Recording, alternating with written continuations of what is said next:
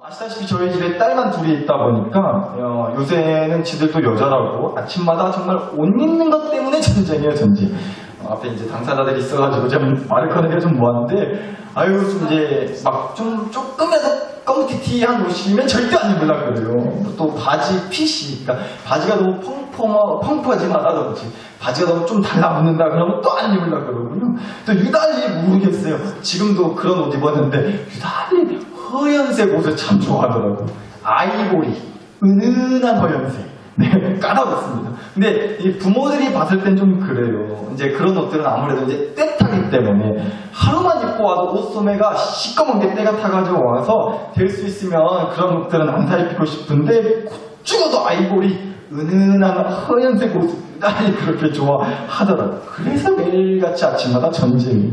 그만큼 이제는 좀 컸다고 이제 꾸미는 거에 그렇게 관심을 갖더라고요. 그래서 또 애들 갖고 다니는 메고 다니는 책가방을 보면요, 좀 가방에 온갖 걸 다 매달고 다녀요. 뭐 인형에다가 배지에다가 뭐 열쇠고리에다가 걸어놓고 다니는데, 아니 무슨 책가방을 책 넣고 다니려고 메고 다니는 게 아니라 뭐라도 하나 더 걸고 다니려고 매달고 다니려고 책가방을 이제 들고 다니는 게 아닌가, 그렇게 의심이 들 정도로 이제 가방을 보면 아주 그냥 희한찬란해. 제가 오늘은 사실 갖고 나오려고 하다가 또 이제 집에 가서 한 소리 들을까봐 못 갖고 왔는데, 여튼간에 뭔 얘기 하려고 그러냐. 그러니까 여러분, 우리는 그렇게요. 좀 알게 모르게 보여지는 거에 그렇게 신경을 쓴다는 거예요. 지난주에도 이 얘기 했잖아요. 남들 눈에 어떻게 보일까, 우리가 그거 엄청 신경 쓰고 산다는 거죠. 어린 애들이 봤을 때도 친구들이 자기를 볼 때 이 옷이 좀 창피한 것 같아요. 친구들이 메고 다니는 가방을 보니까 이런 것도 달고 다니던데 나도 그거 달고 싶다. 좀 꿀리지 않으려고, 창피해 보일까봐 남들 다 있는데 나만 없으면 좀 그러니까 뭐 이런저런 마음에 그렇게 남들과 나를 비교하게 되는, 그래서 나를 더 꾸미고 포장하고 감추게 되는 그런 마음이 우리 안에 알게 모르게 있지 않냐는 거죠. 그래서 여러분, 그럴 때면 우리 안에 드는 감정, 기분, 마음이 크게 이런 것 같아요. 자꾸만 그렇게 남들의 눈을 의식하고 그러면서 남들과 나를 좀 이제 비교하게 되죠. 그런데 그렇게 비교해 봤을 때 남들보다 내가 좀 더 나아 보이고 우리 집에 그래도 좀 더 나아 보이면 괜찮은데 솔직히 꿀리는 게 있는 거예요. 딸리는 게 많아요. 그럴 때 느끼는 감정과 기분이 첫 번째는 부러운 마음이겠더라고요. 어떤 마음이요? 부러운 마음. 잘 살고 잘 되고 잘 이겨내는 사람들, 그런 집들을 보면 일단은 솔직히 부러운 거예요. 누구누구는 이번에 사업이 대박 나가지고 돈 왕창 벌었다더라. 누구누구네 집 새끼들은 공부 잘해서 서울대 의대 들어갔다더라. 누구누구네는 눈물로 기도하고 주님 붙들었더만 하나님이 그냥 싹 고쳐주셨다더라. 그런 얘기 들으면 어때요? 겉으로는 아이고 축하한다, 아이고 할렐루야, 아이고 잘됐다고, 하나님 살아계시다고 겉으로는 그렇게 축하해 주는 것 같지만서도 속으로 어때요? 얼마나 좋을까, 부러워 죽겠네. 여러분, 사돈이 땅을 사면 멀쩡하던 배도 어쩌진다고요? 배가 아프다고요. 배가 아파. 배 아픈 정도가 아니라 그냥 아주 배 아파 뒤지겠다고. 그게 우리의 솔직한 심정이지 않냐는 거예요. 그럼 땅 뭐 들어샀디야? 그 땅 100% 땅값 떨어질 거다. 저주 아닌 저주가 하고 싶은 게 솔직한 우리의 마음이지 않냐는 겁니다. 그만큼 일단은 부럽다는 거예요. 그런 마음이 먼저 드는 것 같아요. 그리고 두 번째로, 그렇게 남들을 볼 때 부럽다라는 마음이 들면요, 반대로 내 자신을 보면서요, 부끄럽다라는 마음이 쓱 올라온다고요. 남들을 볼 때 부럽다는 마음은요, 반대로 나를 볼 때 부끄럽다라는 마음을 갖게 한다는 거죠. 나는 여태 뭐 했나? 우리 새끼들은 머리를 폼으로 달고 다닌다. 부러운 남들의 삶을 보면서 부끄러운 나의 삶을 보게 된다는 거죠. 남들에 대한 부러움은 꼭 그렇게 나에 대한 부끄러움을 갖게 한다는 겁니다. 그러면서요, 이제 남들에 대한 부러움, 또 나 자신에 대한 부끄러움이 짬뽕이 되면요, 결국 내가 느끼게 되는 최종적인 감정, 기분은 하나의 단어로 얘기하자면 바로 초라함 같아요. 뭐라고요? 초라함이 느껴진다고요. 초라함. 내 인생은 왜 이럴까? 내 믿음 꼬라지는 왜 이럴까? 나는 왜 이것밖에 안 될까? 남들의 인생 보니까 그래도 한두 개는 대박 터진 것 같아 보여서 정말 부러워 죽겠고, 반대로 내 인생을 볼 때는 한두 개도 대박 터진 게 없어가지고 너무나 부끄러워 죽겠고, 그러다 보면 그 부러움과 부끄러움이 짬뽕이 돼서 한없이 내 자신이, 내 인생이, 우리 집이 초라하게 느껴진다는 거죠. 그런데 여러분, 더 심각한 건요, 그런 초라함은 내 믿음마저도 초라하게 만든다는 거예요. 하나님을 믿는 게 짓볼 아무것도 아닌 것 같다는 그런 초라함. 믿음 해봤자, 하나님 해봤자 하나 대단할 게 없어 보인다는 그런 초라함. 여러분, 오늘 우리에게 주신 말씀에서 예수님이 십자가에 매달리셔가지고 이제 곧 죽음을 코앞에 두셨을 때 외치셨던 말씀을 한번 다시 떠올려 보자고요. 46절에서 나와요. 제90쯤에 예수께서 크게 소리질러 이르시되 엘리 엘리 라마 사박다니 하시니 이는 곧 나의 하나님 어찌하여 나를 버리셨나이까 라는 뜻이라고. 엘리 엘리 라마 사박다니 무슨 뜻이래요? 나의 하나님 어찌하여 나를 버리셨나이까. 여러분 한번 생각해 보자고요. 우리 예수님의 인생이야말로 누구보다 초라한 인생이라고 할 수 있지 않겠어요? 예수님의 인생이 초라한 인생이지 않냐고요. 그렇잖아요. 시작이 초라했으면 끝이라도 좀 화려하던가, 아니면 반대로 좀 끝이 그렇게 초라하면 시작이라도 그래도 화려하던가, 여하튼 시작과 끝 둘 중에 하나라도 뭔가 좀 초라하지 않고 화려한 뭔가가 있어야지, 시작과 끝 둘 다 초라해버리면 이건 너무한 거 아니냐고. 그렇잖아요. 그런데 우리 예수님의 인생이 딱 그랬다는 거예요. 태어나시는 순간부터 생각해보세요. 정말 뭐 똥내 나고 막 더럽고 말이고 양이고 정말 시끄럽게 울었었는 그런 가축들 우리에서 태어나셨단 말이에요. 우리 예수님. 거기다가 구유, 그 가축들 먹는 밥통이 예수님 인생의 첫 번째 침대였단 말이에요. 거기다가 요즘같이 무슨 산후조리원에서 무슨 몸편이 마음편이 있으면서 남들한테 축하받고 이쁨받고 그럴 정신이 어딨어요. 예수님은 태어나시자마자요 도망치는 신세 되셨어요. 당시 로마 나라의 왕이 이스라엘 나라의 구원자 왕이 태어났다는 소문을 듣고는요, 나중에 로마 나라에 화가 되고 문제거리가 되고 싶어가지고 아기 예수님을 찾아서 죽여버리라고 그렇게 명령을 내려서 예수님은 태어나시자마자 도망치는 신세가 되셔가지고요, 응애 양반할 때도 눈치 보면서 울어야 되는 그런 초라한 신세로 이 땅에서의 인생을 시작하셨단 말이에요. 그런데 그렇게 시작도 초라하셨는데 죽으실 때마저도 오늘 말씀에서처럼 너무나 초라한 끝을 맞게 되셨단 말이에요. 사람들이 하나같이 다 비웃고 조롱하고 무시하고 침을 뱉고 욕을 하고, 십자가 밑에 있는 사람들을 보면 부럽고 십자가에 달려있는 자신을 보면 부끄러울 수밖에 없는 그런 초라한 신세셨지 않냐는 거예요. 그 와중에 제일 초라했던 거, 앞서 말씀드렸죠? 초라함은 내 믿음도 초라하게 만든다. 예수님이 하셨던 말씀, 나의 하나님 어찌하여 나를 버리셨나이까. 여러분 한번 생각해보세요. 이 말이 예수님의 입술이 아니라 내 입술에서 나왔다고 생각해보세요. 하나님을 믿는다고 하는 사람의 입에서 나온 말들 중에서 제일 초라한 말이 바로 이 말이지 않겠어요? 나의 하나님 어찌하여 나를 버리셨나이까. 여러분 차라리 나의 하나님이 아니라 다른 남의 하나님이라고 생각을 했다면 어찌하여 나를 버리셨나이까 라는 얘기가 나오지 않아요. 왜요? 남의 하나님이니까. 그럼 나를 버리실 수도 있는 거죠. 나를 챙겨주시고 도와주시고 보살펴주지 않으셔도 내 새끼 아니라고 생각하셔서 그냥 모른 척하고 지나가시고 나 몰라라 하시면서 그렇게 정말 나를 버리셔도 우리가 뭐라 할 수 없어요. 왜요? 남의 하나님이니까. 그런데 그 하나님이 나의 하나님이라고 믿었다면 하나같이 다 옆에서 하나님이 어디냐고, 무엇이 너의 하나님이냐고 그렇게 뭐라 했어도 아니라고 끝까지 그렇게 나의 하나님이라고 외치면서 나의 하나님이 맞다고 믿으면서 살았던 사람이라면 하나님한테 그렇게 버림받은 것만 같은, 나의 하나님이라고 믿었던 그분께 버림받은 것만 같은 그런 깊은 좌절과 낙심과 두려움의 순간이 탁 내 인생에 우리 집에 펼쳐졌다? 그러면 정말 초라할 수밖에 없는 거잖아요. 그러면 뭘 해도 초라하게 느껴진다는 거예요. 뭘 해도. 설거지를 하다가 이놈의 설거지는 해도 끝이 없다고.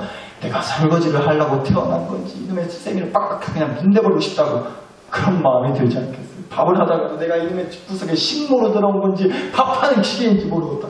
떨어지는 낙엽을 보면서, 요즘 같은 가을에 떨어지는 낙엽을 보면서 꼭 내 인생 같다 라는 마음 드실지 모르겠어요. 찬바람 불고 옆구리 시려오면서 가을 노래들이 막 슬프게 들려오는 거죠. 가을을 남기고 떠난 사람, 겨울은 아직 멀리 있는데. 여러분 제가 이거 진짜 오늘 하루 종일 연습했거든요. 집에서 하루 종일 연습해가지고 저희 딸도 오늘 가을을 그러고 다녔어요. 이게 연습한 겁니다. 여튼간에 그런 가을 노래들이 막 슬프게 들려온다 싶을 정도로 정말 초라함이 밑바닥까지 떨어졌다 싶을 때 온갖 구슬프고 처량하고 외롭고 쓸쓸한 마음들이 밀려온다고요. 그러다가 결국 그 초라함의 끝자락에 가서는 우리 예수님이 십자가에서 하셨던 그 말씀, 나의 하나님, 나의 하나님, 어찌하여 나를 버리셨나이까. 초라함의 가장 밑바닥에서 쏟아냈던 그 예수님의 절규의 말이 내 입에서도 토해내듯 쏟아지게 된다는 거예요. 그런데 여러분, 정말 오늘 이 자리에 그렇게 정말 혹시라도 그렇게 남들에 대한 부러움, 또 그러면서 동시에 내 자신에 대한 부끄러움, 그리고 그 부러움과 부끄러움이 짬뽕이 돼가지고 찾아오는 초라함의 동굴에서 빠져나오지 못하고 계시는 분들이 오늘 이 자리에 계시다면 꼭 이 사실을 함께 기억하셨으면 좋겠어요. 여러분, 우리 예수님께서 그 초라한 십자가에서 이 말씀도 함께 하셨습니다. 그것도요, 엘리 엘리 라마 사박다니, 나의 하나님 나의 하나님 어찌하여 나를 버리셨나이까. 이 말씀 하시고 난 다음에, 그 다음에 숨을 거두시기 직전에 이 말씀도 함께 하셨다고요. 요한복음 19장 30절입니다. 예수께서 신 포도주를 받으신 후에 이르시되 뭐라고요? 다 이루었다 하시고 머리를 숙이니 영원히 떠나가시니라고 나와요. 마지막 하셨던 말씀, 예수님께서 뭐예요? 다 이루었다. 그런데 사실은 그래요. 이 말씀마저도 십자가에 매달리셔가지고 누구보다 초라한 사형수, 죄인, 실패한 인생, 하나 부럽지 않고 부끄러워만 보이는 그런 모습인데 뭘 다 이뤘다 하시냐고. 그렇게 따질 수 있죠. 그런데 우리는 알죠. 예수님이 우리를 대신해서 죽어주심으로 우리의 죄가 용서받고, 그래서 우리가 구원받고 부활하신 주님처럼 이제 우리도 하나님의 자녀로 새롭게 거듭나 태어나는 그 은혜를 주시기 위한 작업을 최종적으로 다 이루었다. 십자가에서 죽으심으로 라는 뜻으로 하신 얘기란 걸 우리는 알아요. 그러나 그 말도 맞기는 맞아요. 여하튼 초라해 보이는 건 사실이니까. 십자가에서 피를 철철 흘리면서 다 죽어가고 있는 사람을 하나같이 지나가는 사람들을 보면서 낄낄거리고 있는데 거기서 무슨 다 이루었다, 이게 무슨 폼이 나느냐고. 그러니까 여러분, 초라한 건 맞다고요. 이 말씀을 하는 것마저도. 그런데 여러분, 우리가 이걸 봤으면 좋겠다고요. 이 깨달음을 주셨어요. 사랑 나사를 꿰시고. 그러니까요, 하나님을 믿는다는 건 결국 이런 거예요. 화려함을 쫓는 게 아니라는 얘기예요. 화려해지기를 바라서 하나님을 믿자고 하는 게 아니라고요. 하나님을 믿어도 초라할 수 있다는 거예요. 십자가에 매달려가지고 초라하게 또 외롭게 하나님한테 버림받았다는 생각이 들 정도로 철저히 혼자인 느낌, 초라함의 밑바닥까지 떨어지는 순간이 하나님을 믿어도 있을 수가 있다는 얘기예요. 그런데 꼭 함께 기억하시자고요. 오늘 주신 말씀에 나왔던 예수님의 그 초라한 절규, 나의 하나님 어찌하여 나를 버리셨나이까. 이 말씀이요, 여러분, 실은 구약성경 말씀에서도 그대로 나와요. 시편 말씀이세요. 한번 보시죠. 시편 22편 1절입니다. 내 하나님이여 어찌 나를 버리셨나이까. 어찌 나를 멀리하여 돕지 아니하시오며 내 시름소리를 듣지 아니하시나이까. 오늘 주신 마태복음의 말씀과 거의 똑같이 나오잖아요. 내 하나님이여 어찌 나를 버리셨나이까. 시편에도 나온다고요.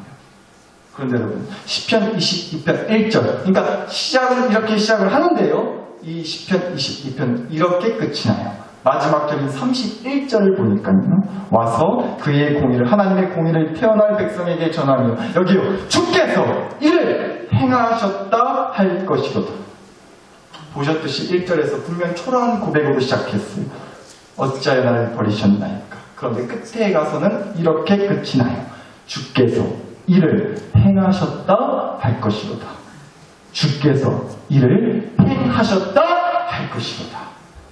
자, 나사를 끄시고 여러분, 하나님을 믿어도 초라할 수 있어요. 그러나 하나님을 믿어도 초라할 수는 있지만 하나님을 믿기 때문에 당당할 수도 있다는 거예요.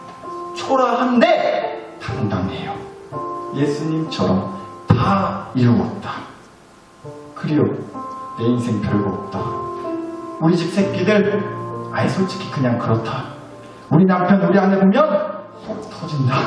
그래서 남들이 부럽고, 그래서 나를 볼 때 부끄럽고, 그래서 초라한 인생이지만 나는 그래도 당당하다. 왜요? 나는 지금 이루어가고 있는 중이다.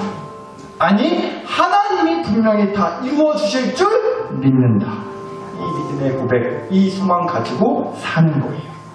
우리의 끝에 가서 하게 될, 우리가 끝에 가서 하게 될 고백은 바로 이 고백일 거라고 믿으니까 주께서 이를 행하셨다 할 것입니다. 여러분, 다시 말씀드립니다. 이루어가는 과정은 초라해 볼 수 있어요. 그러나 그 이루어가는 과정을 시작하시고 이끄시고 마무리하시는 분이, 결국 행하여 주실 분이 우리 주님이심을 믿어요. 그러면 초라해도 당당하게 살 수 있어요. 그래서 소원하는 거예요. 그래서 함께 기도하길 원하는 거예요. 부디 우리 모두가 지금의 이 초라함을 다 짊어지고 나서 나중에 천국 땅에서 저와 여러분 모두, 우리 가족들 모두, 우리 나사로교회 식구 모두가 이 고백할 수 있기를, 다 이루었다, 우리 다 이루었다, 이 고백할 수 있게 되기를 간절히 축복합니다. 부디 그날이 올 때까지 우리 함께 살아가시자고요. 그럴 수 있게 해달라고 이 시간 다 함께 주여 한번 부르고 우리 수린이와 간절히 기도 올려드리겠습니다. 주여! 주여 하나님 아버지, 가을입니다. 추워져가는 가을 날씨에 몸도 줄여들고 덩달아 우리의 마음, 우리의 영혼이 왠지 모르게 가을 타는지 참 초라하고 왠지 뭔가 허한 느낌을 느낄 때가 많습니다. 내 인생을 돌아보면, 내 지금의 삶의 상황을 살펴보면 정말로 뭐 하나 자랑스럽게 남들이 부러워할 만큼 내세울 거 하나 없고, 그래서 내 자신을 볼 때 너무나 부끄럽게 느껴지고 창피하게 느껴지고, 그러다 보니 한없이 초라함을 느낄 때가 있습니다. 가을 타는지 이런지 인생에 밀려오는 그 초라함에 또다시 낙심하고 좌절하고 깊은 그 초라함의 동굴에 빠져서 엘리 라마 사박사니, 감히 예수님께서 십자가에서 그 죽음을 당하시는 그 고백과 감히 비교할 수는 없겠지만, 그와 같은 심정으로 하나님 나를 왜 버리셨습니까? 왜 우리 가족을 포기하셨습니까? 라는 그런 답답한 절규를 외치게 되는 순간이 수없이 많습니다. 그럴 때 우리가 꼭 이 말씀과 함께 기억할 수 있기를 원합니다. 다 이루었다, 다 이루었다. 주님께서 이루어가시는 그 과정은 우리가 봤을 때는 초라하고 부족하고 많은 것들이 이루어지지 않는 것 같이 느껴져서 답답함과 초라함이 느껴질 수 있을지 몰라도, 분명 하나님께서 이루어가고 계시는 중이오니 하나님께서 반드시 이 이루어가는 과정을 다 마치게 되면 우리의 입술에서 또한 동일하게 다 이루었다고, 주께서 이를 행하셨다고 우리가 그렇게 반드시 고백하고 간증하고 선포하게 되는 날이 올 수 있도록, 그날을 함께 믿음과 소망으로 꿈꾸고 기대하며 맞을 수 있도록 도와주시옵소서. 그날까지 우리가 믿음을 붙들고 주님을 향한 의지와 소망을 놓지 않고 끝까지 주님만을 바라보며 끝까지 주님과 동행하며 그 이루어가시는 과정 가운데 함께하며 살아갈 수 있도록 도와주시옵소서. 그 길에서 절대로 낙오되지 않고 떨어지지 않고 멀어지지 않고 돌아서지 않고, 그러면서 꿋꿋이 한 걸음 한 걸음 믿음의 걸음을 내딛고 주님을 따라 동행하며 살아가는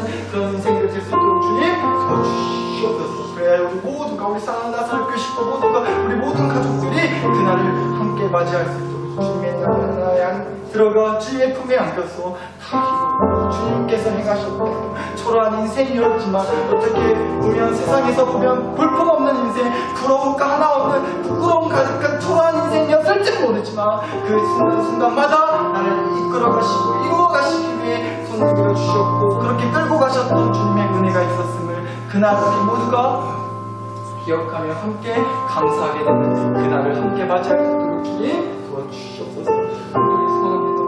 우리 정말로 굽히지 않도록 주께서 들어주시옵소서.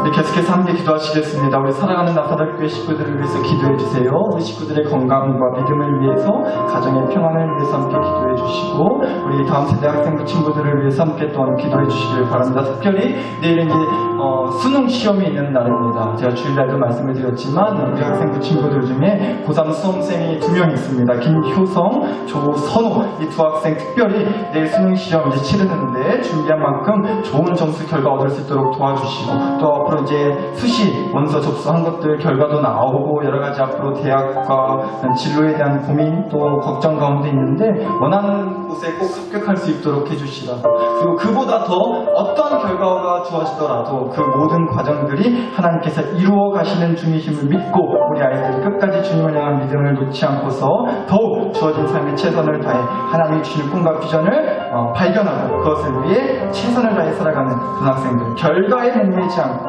어떤 결과에도 하나님의 역사와 은혜가 뜻이 있음을 기억하며 살아가는, 발견하며 살아가는 그런 학생들 될 수 있게 해달라고 또한 기도해 주시면 좋겠습니다. 우리 사랑하는 나사롭게 친구들을 위해서, 학생부 친구들을 위해서, 우리 유상이와 선호를 위해서 다시 한번 주여 한번 부르고 우리 마음과 함께 간절히 기도 올려드리겠습니다. 주여!